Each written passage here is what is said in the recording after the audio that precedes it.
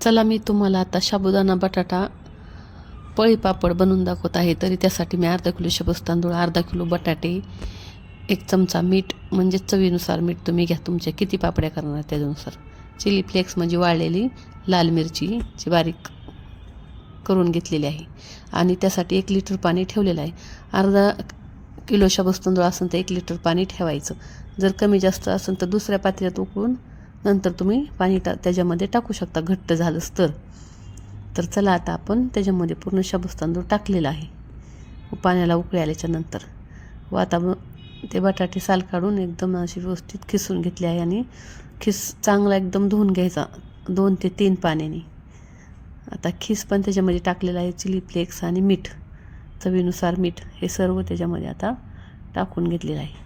इतके करायला सोपे आणि साधे पद्धतीने हे पापड करता येतात, साबुदाणा बटाटा पळी पापड. आता 5 मिनटं असंच झाकून ठेवायचं बारीक गॅसवरती. एकदम छान शिजते बघा. आता एकदम चांगला खिस पण मऊ होतो त्याच्यामध्ये 5 मिनटाच्या नंतर. आता आपलं एकदम असं ते पापड्या घालण्यासाठी छान तयार झालेलं आहे साबुदाणा बटाट्याचं.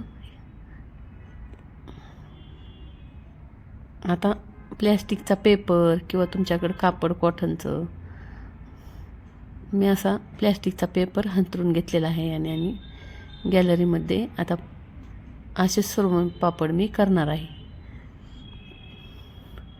छोटे छोटे छोटे सर्व असे पापड आपण तयार करून घ्यायचे. साबुदाणा बटाटा पापड म्हणलं की, पळी पापड म्हणलं की हे पळीने असे थोडे थोडे टाकून एकदम व्यवस्थित पांगतात, पण थोडं हलवल्याच्या नंतर एकदम व्यवस्थित असे पापड बनतात. टाकल्याच्या नंतर थोडंसं पळी अशी गोल फिरून करून घ्यायची. तर आता मी एकदम पापड करून घेतले आहे आणि 2 दिवस उन्हामध्ये, कडकडीत उन्हामध्ये वाळवून घेतलेले आहेत. का तर आपण बटाट्याचा खिस त्याच्यामध्ये टाकतो ना, चांगले वाळवून व्यवस्थित घेतल्याच्या नंतर आपले पापड तळण्यासाठी तयार होतात.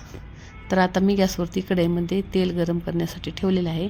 आणि आपले पापड कसे तयार म्हणजे झालेत ते पण तुम्ही पाहू शकता व्हिडिओमध्ये.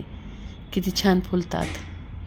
असे सर्व पापड मी तुम्हाला थोडेसे तळून दाखवते.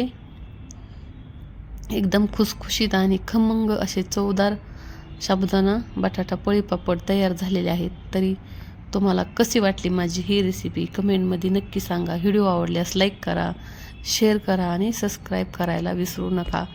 व्हिडिओ शेवटपर्यंत पाहिल्याबद्दल धन्यवाद.